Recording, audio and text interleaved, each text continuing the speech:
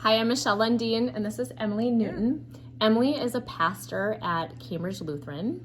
Emily, I'm so glad you're here and in Cambridge, in Iceni County. What initially drew you to Cambridge Lutheran in Iceni County? Sure, yeah. So I graduated in May of 2017, and just looking for a job. And originally, I was actually supposed to go to North Dakota, but that church was supposed to be really a good fit for me. And so I was asking where there were openings, and they said there's this place called Cambridge, and I said, "Where's great." that? Luckily, I was already dating my husband at the time. He's from Blaine, and so they just said, just keep going, and then you'll get to Cambridge. And so, and then I needed to move because my lease was over in my apartment, and it was 3 weeks before they even voted to hire me. Wow. And so I was like, that is good. That's good confidence so much leap and trust. Of faith, yes. Right? Yep. And I was like, well, either they have to hire me, or I hope that Starbucks has good benefits, because those are my choices. I love it. And so so I moved up here. I lived in Iceni. When I lived here, now I live with my husband in Blaine. But I lived right by the Coburns when I lived up here. But I came up here in 2017. And so you guys, you can't really read her shirt, but it says America needs female leaders, which is so true. And to be a woman as a woman in pastoral ministry, we don't have a lot of that in our community. I just really commend you. I think she is a really good pastor, you guys. I have heard her preach a number of times, and it's very warm, welcoming, genuine. She preaches from the Bible, and I also just feel like you're engaging, you're funny. Thank you. So what drew you into ministry?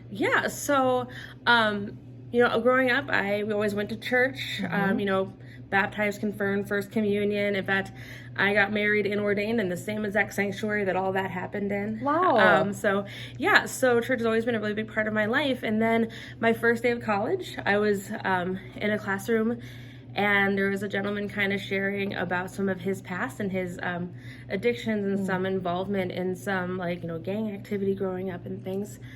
And he had gone to an AA group, and the pastor at that church had invited him to worship. And he was just talking about how much it changed his life.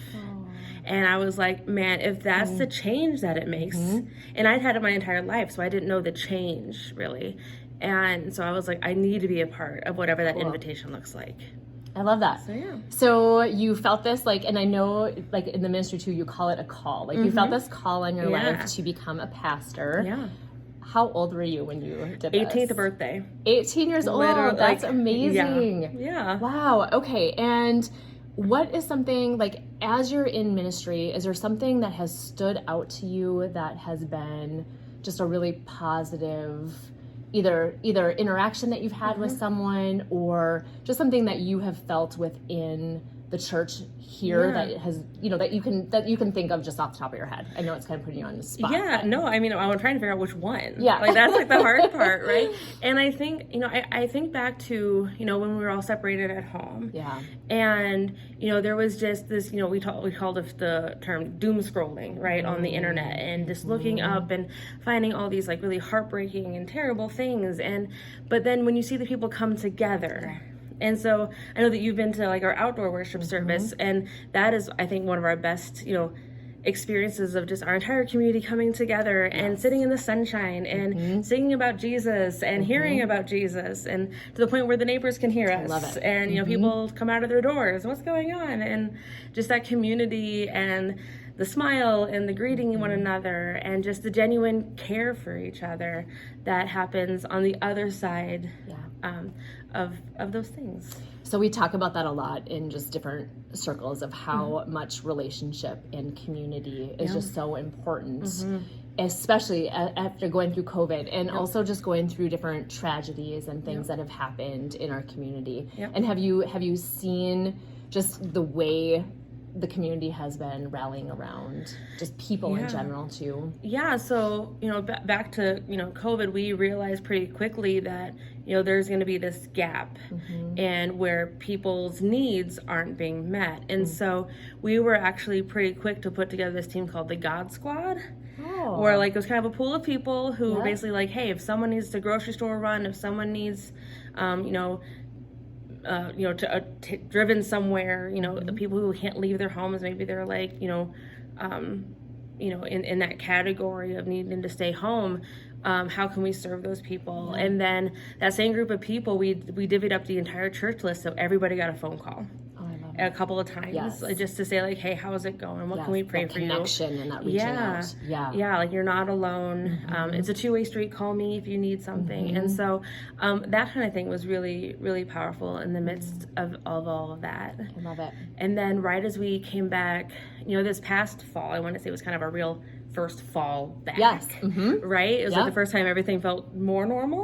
And so we launched this small group ministry, and we had about, I want to say we were in the 50s to 60s groups of, between 5 and 9 50 people. to 60 groups. So not just people, but like groups that were meeting. Okay. And age 3 to age, I think our 94, I think, was one of the older people that was in one of the groups. And so just having that space to kind of basically have like a support group that was also Christ-centered. Yes. And so that's because I think that's the thing that we're missing a lot is, you have your mom friends from school, or like, you have like the people who also go to hockey games and that kind of thing. But how many of those have Jesus at the middle? And so that's one of the small group like benefits that really came to light when we did that ministry. I love it. Yeah. Have you felt that you have been able to integrate into the community? Like, have you... How have you felt like you have been received? Yeah. And this can be good or bad. Like, you can be honest. Like especially not only as a female pastor, but somebody who's not from the community. Like, I'd love to know. Yeah, not even from Minnesota.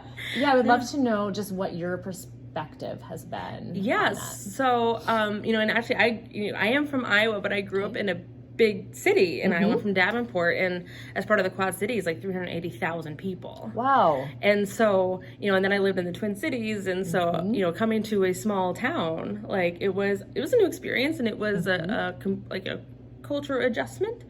But no, everyone's been super kind. It was really funny. The first Sunday I was here, and we don't typically wear like collars all that much. Yeah. Like maybe for a funeral every once in a while, but not very often. And I was wearing a collar just to kind of basically say, hey, I'm your pastor, by the way. Like, I just started today. Okay. I'm not a high schooler or a college age student. Don't integrate me into your youth group. I work here.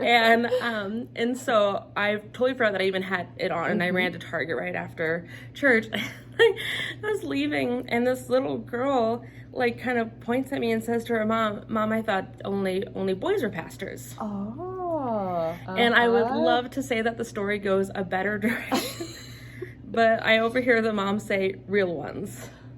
Oh, ouch. Yeah. So that was one of those like, okay, I am in a different culture. Yeah, we have a lot of work to do. So, and again, this is 5.5-ish years ago, and I just kind of smiled, and because what am I going to do, right? What can you say? I'm not convincing people in the Target entryway. No. But yeah, so there was, there's been a little bit of that, but for the most part, though, everyone's been super kind, and really to the point where I don't think that many people really care.